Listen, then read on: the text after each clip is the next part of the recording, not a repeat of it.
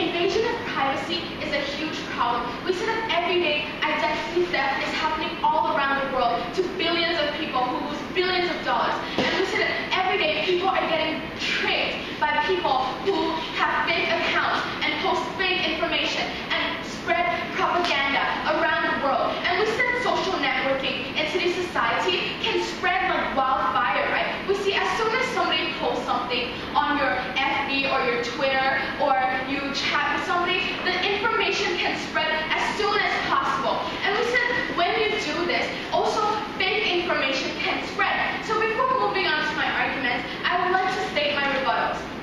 So in today's debate, I have 3 rebuttals to make. First of all, the government side has came up and talked about how posting personal information, we will know more about the politicians, the government, and the government will know what we're requesting and what the problems are, and we can start more projects, right? But we see that the media is enough in today's society, because the media, they will show the different perspectives of people. As we see today, the media also interview many people, and we get different perspectives as well. And we also see that we can also get an insight of a politician by the media, right? And we see that these social networking sites will not be a reliable source of information.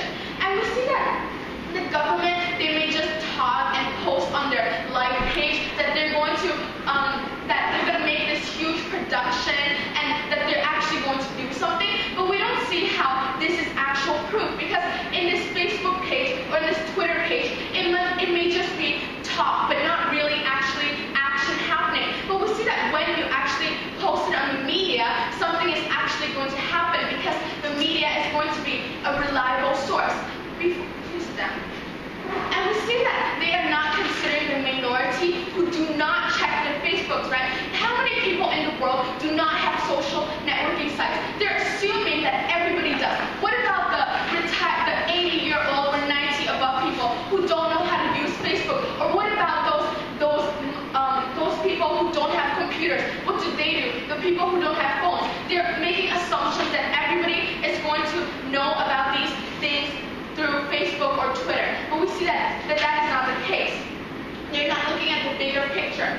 Moving on to my second rebuttal on how they said that posting the interest is better, and it's practicing freedom of speech, and dictators have stopped. They've given the Egypt example. But what about the Syria example, where one man, just because he posted something he believed in on his Facebook, he got bombed 5 minutes right after that? What about that? Have you thought about the dangers that you're putting these people through? And when, for example, in a country, when a subject is very sensitive, for example, your royal family or a politician, you can get into serious troubles by mentioning something about them. So we see that in this case, they're not considering the actual harms, the conflicts that can occur, and the problems that will get even bigger. They're just talking one-liners, how democracy will happen. But have you thought about the other countries where, in this case, the situation has gotten even worse, like in Syria? Has anything happened so far? Not yet.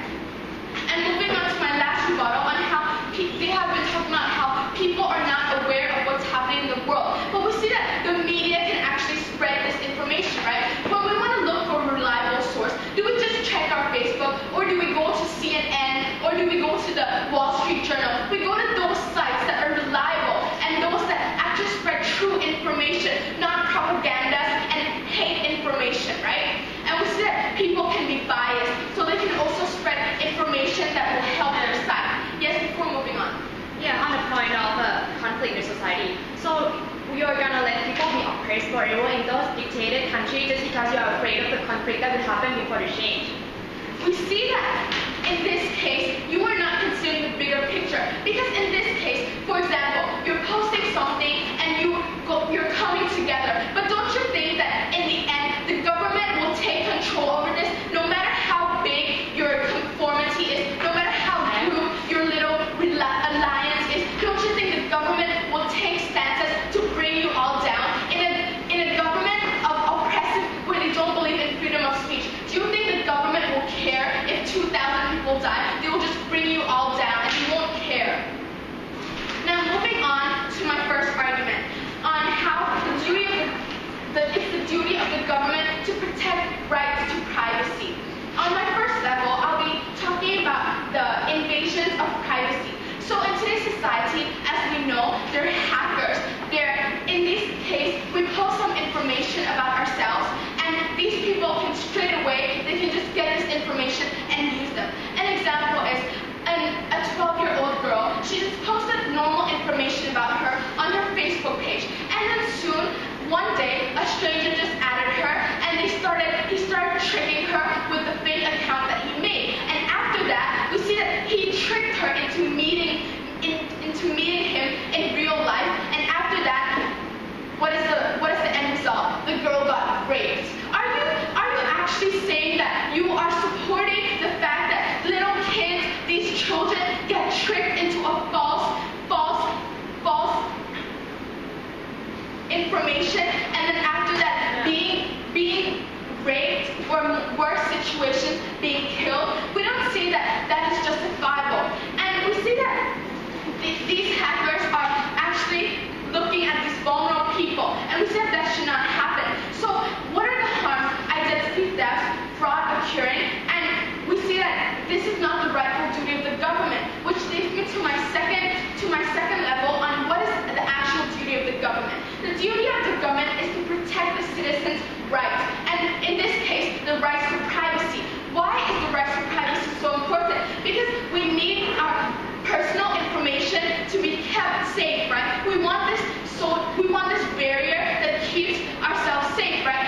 Would you like it if you just posted information and everybody could know about it, and everybody will just target you because they think you're vulnerable? We don't think that that's what the government should do. The government should go for media instead of social networking sites. And moving on to my last level on how the conflict will be intensified with social networks. So first of all, as I have stated before, the nature of social networking sites is the information gets spread ASAP. But do we see that in this case? What about the people who spread false information in this feed? What about the people who spread propaganda? We have seen a few years back with the red shirts and yellow shirts. They have spread hate speech about each other, and they have spread propaganda about each other, right? And in the end, what turned out? Central World got burned out. People got killed. People got injured. And is this the result that we want? We don't see that is what the government should be going for. We see that in this case, we should protect the privacy of people, right? And we see that we don't want these people, citizens